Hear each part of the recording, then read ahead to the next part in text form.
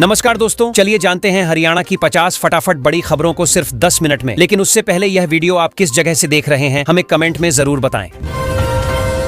हरियाणा में मुख्यमंत्री ने कुरुक्षेत्र से इलेक्ट्रिक बस सेवा की शुरुआत कर दी है। उन्होंने 10 नई बसों को हरी झंडी दिखाकर रवाना किया। इस योजना के तहत राज्य में प्रदूषण घटाने और सार्वजनिक परिवहन को और पर्यावरण अनुकूल बनाने का लक्ष्य है। मुख्यमंत्री ने कहा कि यह कदम हरियाणा को ग्रीन मोबिलिटी की दिशा में आगे ले जाएगा और यात्रियों को सस्ती व आरामदायक यात्रा का विकल्प मिलेगा। गुरुग्राम में मेरी फसल मेरा ब्यौरा पोर्टल से जुड़ी नई व्यवस्था शुरू की गई है। अब केवल वही किसान खाद प्राप्त कर सकेंगे जो पोर्टल पर पंजीकृत हैं। सरकार का कहना है कि यह कदम पारदर्शिता लाने और फर्जीवाड़े को रोकने के लिए उठाया गया है। कई किसानों ने इस पहल का स्वागत किया, जबकि कुछ ने पंजीकरण प्रक्रिया को और सरल बनाने की मांग की। हरियाणा सरकार ने दिवाली पर बस यात्रियों को बड़ा तोहफा दिया है। मुख्यमंत्री सैनी ने घोषणा की कि राज्य भर में दिवाली के अवसर पर यात्रियों को फ्री बस सेवा दी जाएगी। यह सुविधा सीमित अवधि के लिए लागू होगी ताकि लोग सुरक्षित और सुलभ तरीके से अपने घरों तक पहुंच सकें। मुख्यमंत्री ने कहा कि सरकार जनता को त्योहारों में राहत और सुविधा देने के लिए प्रतिबद्ध है।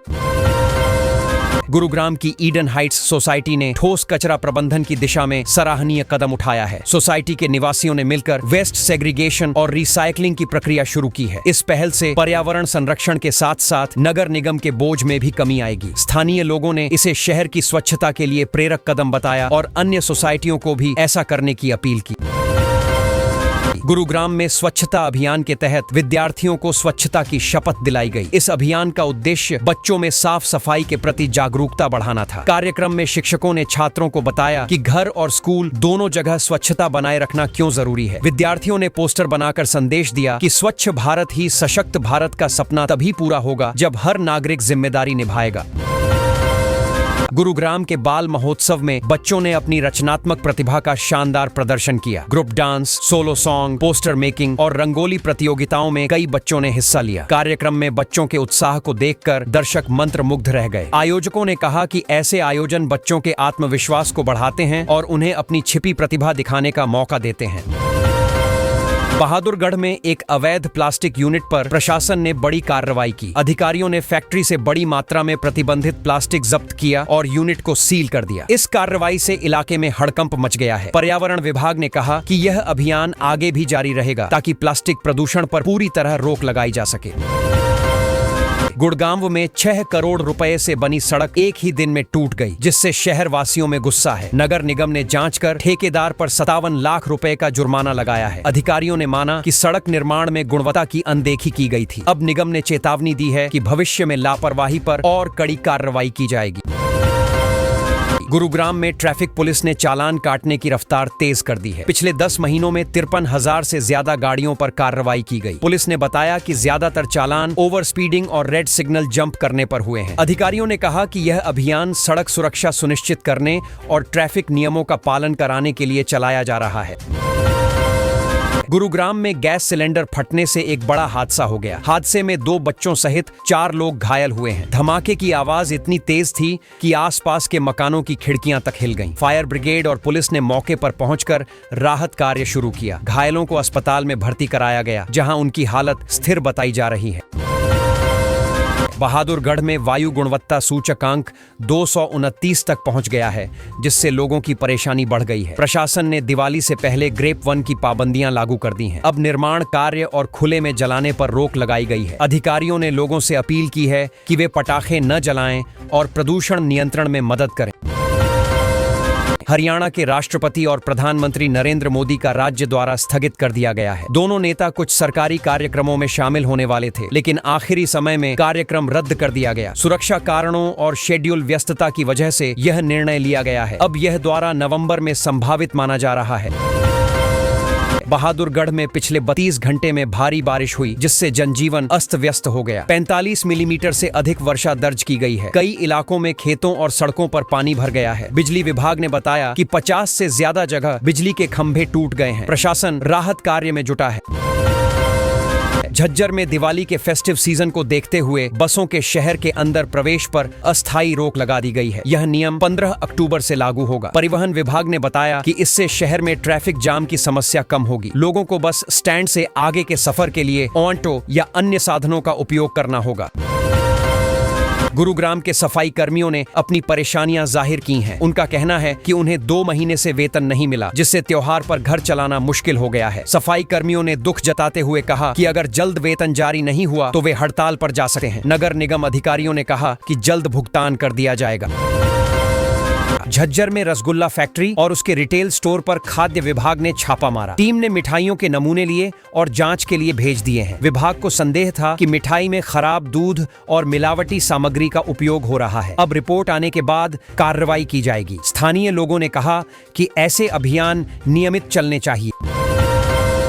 केंद्रीय गृह मंत्री अमित शाह गुरुग्राम में एनएसजी स्थापना दिवस समारोह में शामिल होंगे। इस मौके पर वह एनएसजी कमांडोज से मुलाकात करेंगे और नई प्रशिक्षण परियोजनाओं का उद्घाटन करेंगे। प्रशासन ने पूरे आयोजन के लिए सुरक्षा के कड़े इंतजाम किए हैं। समारोह में कई केंद्रीय अधिकारी और सुरक्षा विशेषज्ञ भी शामिल होंगे।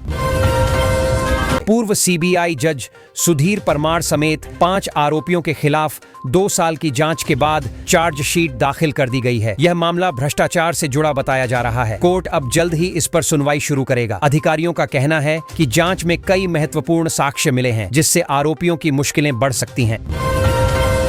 हरियाणा के जमुई निवासी ओम प्रकाश सिंह को राज्य का नया डीजीपी नियुक्त किया गया है। उनके चयन की घोषणा होते ही जमुई और हरियाणा दोनों जगह खुशी की लहर दौड़ गई। लोग सोशल मीडिया पर उन्हें शुभकामनाएं दे रहे हैं। ओम प्रकाश सिंह ने कहा कि वे कानून व्यवस्था बनाए रखने के लिए पूरी निष्ठा से काम करेंगे।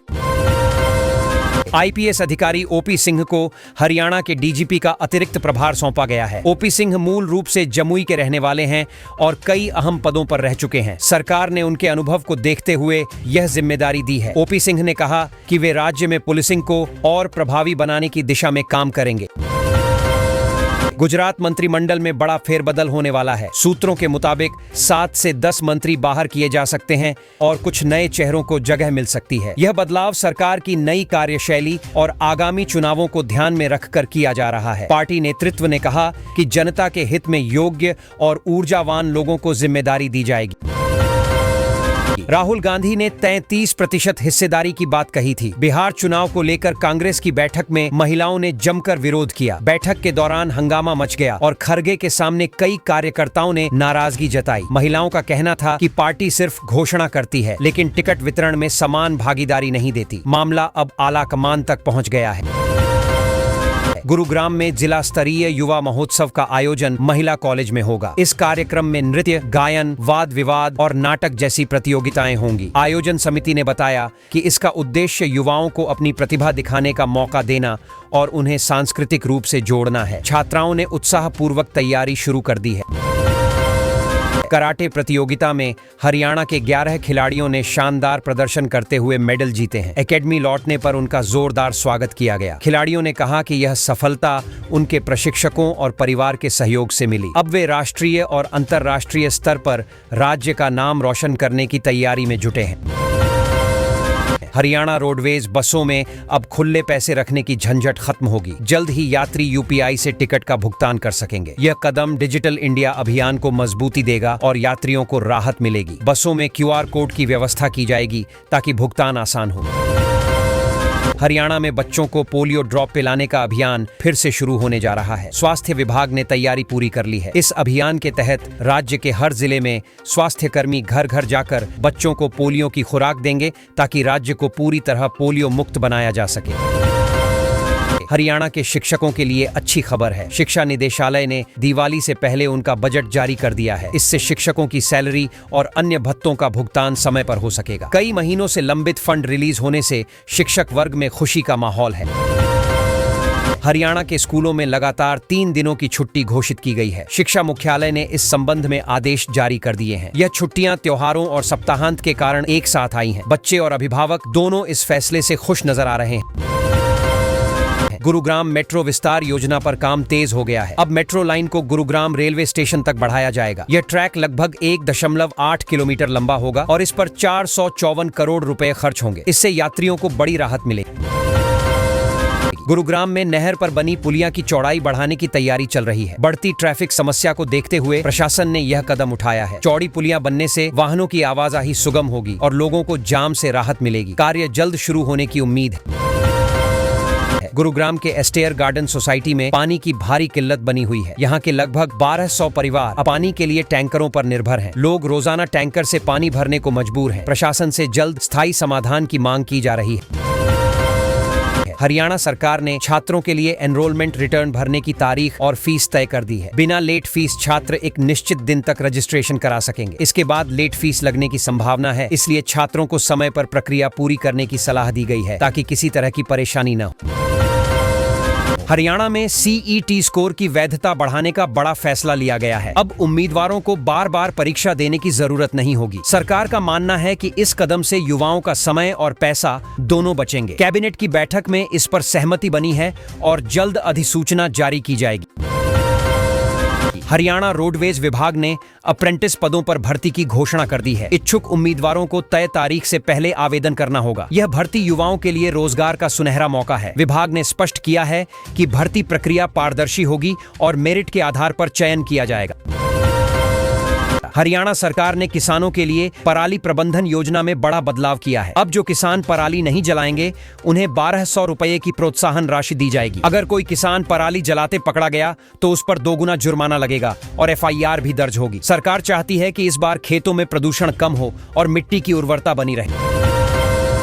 हरियाणा में मौसम धीरे धीरे करवट ले रहा है। ठंडी हवाओं और सुबह की धुंध ने सर्दी की दस्तक दे दी है। किसानों को इस बदलते मौसम से गेहूं की बुवाई का अच्छा मौका मिला है। मौसम विभाग ने बताया कि आने वाले दिनों में तापमान और गिरेगा। गुरुग्राम और आसपास के जिलों में शनिवार की सुबह इस सीजन की सबसे ठंडी रही।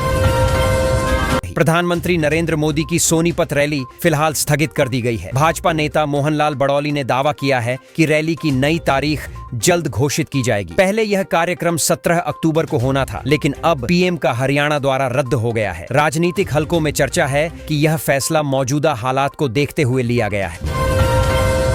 हरियाणा में IPS पूरन कुमार सुसाइड केस ने बड़ा राजनीतिक तूफान खड़ा कर दिया है। इस केस में सरकार ने DGP शत्रुजीत कपूर को लंबी छुट्टी पर भेज दिया है। वहीं रोहतक में SIT जांच में नए एंगल से जांच की जा रही है, जिसमें 2 लाख रुपए की रिश्वत की बात सामने आई है। पूरन कुमार का परिवार अब भी न्याय की उम्मीद लगाए बैठा है।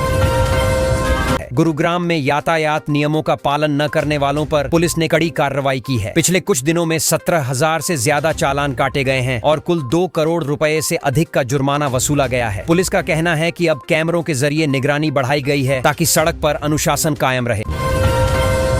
हरियाणा में बेशकीमती खजाने की तलाश जारी है। वैज्ञानिकों की टीमें 12 से अधिक गांवों में ड्रिलिंग कर रही हैं। कहा जा रहा है कि जमीन के नीचे दुर्लभ खनिज या तेल जैसे पदार्थ मिलने की संभावना है। यह खोज सफल रही तो प्रदेश की अर्थव्यवस्था को बड़ा फायदा होगा और लोगों को नए रोजगार मिलेंगे। गुरुग्राम में नगर निगम ने सड़कों की गुणवत्ता पर सख्त रुख अपनाया है। सेक्टर 51 इलाके में खराब निर्माण सामग्री का इस्तेमाल करने पर ठेकेदार पर जुर्माना लगाया गया है। अधिकारियों का कहना है कि शहर में निर्माण कार्यों की नियमित जांच होगी ताकि नागरिकों को बेहतर सड़कें मिल सकें और सरकारी धन की बर्बादी रुके। PWD विभाग पर एक किसान ने गंभीर आरोप लगाया है। किसान का कहना है कि उसकी जमीन पर बिना अनुमति सड़क बना दी गई। इससे नाराज होकर उसने आत्मदाह की चेतावनी दी है। मामला प्रशासन तक पहुंचा है और जांच के आदेश दे दिए गए हैं। अधिकारी किसान से बातचीत कर समाधान निकालने की कोशिश कर रहे हैं। गुरुग्राम रेलवे स्टेशन को मेट्रो से जोड़ने की तैयारी शुरू कर दी गई है। इस परियोजना से यात्रियों को बड़ी राहत मिलेगी। रोजाना हजारों लोग जो स्टेशन तक पहुंचने के लिए परेशान होते हैं, उन्हें अब सीधी मेट्रो सुविधा मिलेगी। योजना के तहत स्टेशन के पास इंटरचेंज पॉइंट बनाया जाएगा ताकि ट्रैफिक कम हो सके। मुख्यमंत्री नायब सिंह सैनी को शेर-ए-पंजाब महाराजा रणजीत सिंह पुरस्कार से सम्मानित किया गया। उन्होंने गुरु तेग बहादुर के जीवन पर आधारित एक पुस्तक का विमोचन भी किया। इस अवसर पर उन्होंने कहा कि देश की सांस्कृतिक धरोहर को संजोना हर नागरिक का कर्तव्य है। कार्यक्रम में कई गणमान्य लोग मौजूद रहे। हरियाणा में मुख्यमंत्री नायब सिंह सैनी का दिल्ली दौरा रद्द कर दिया गया है। इसके साथ ही नूंह जिले का कार्यक्रम भी स्थगित कर दिया गया। बताया जा रहा है कि राज्य में मौजूदा परिस्थितियों और सुरक्षा कारणों से यह निर्णय लिया गया है। हालांकि नई तारीख का ऐलान जल्द किया जाएगा। गुरुग्राम के सेक्टर 51 इलाके की हवा सबसे ज्यादा प्रदूषित पाई गई है। पर्यावरण विभाग की रिपोर्ट में बताया गया कि यहाँ PM 2.5 का स्तर खतरनाक श्रेणी में पहुंच गया है। लोगों को घर से कम निकलने और मास्क पहनने की सलाह दी गई है। प्रदूषण रोकने के लिए प्रशासन ने विशेष अभियान शुरू किया है। फरीदाबाद में मोटापा निवारण स्वास्थ्य अभियान को लोगों से बड़ा समर्थन मिला है। इस पहल के तहत डॉक्टरों और सामाजिक संगठनों ने मिलकर नागरिकों को फिटनेस, योग और संतुलित आहार के फायदे समझाए।